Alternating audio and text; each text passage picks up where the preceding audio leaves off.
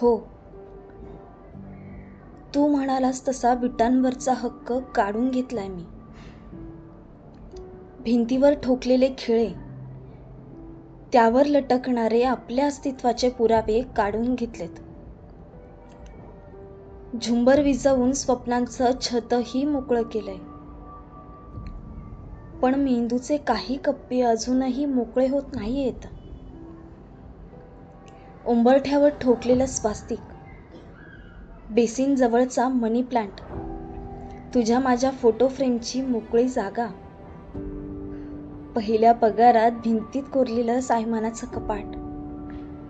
हट्टवादी वागतायत. तू म्हणतोस की कशातही गुंततेस. हो, खरंय. भिंतींना बोलता येत नाही ते बरं आहे. नाहीतर भिंती म्हणाल्या असत्या, माणूस नावाची जमात फक्त आडोशाने राहते. घर म्हणजे काय हे साऱ्यांनाच कुठे कळते.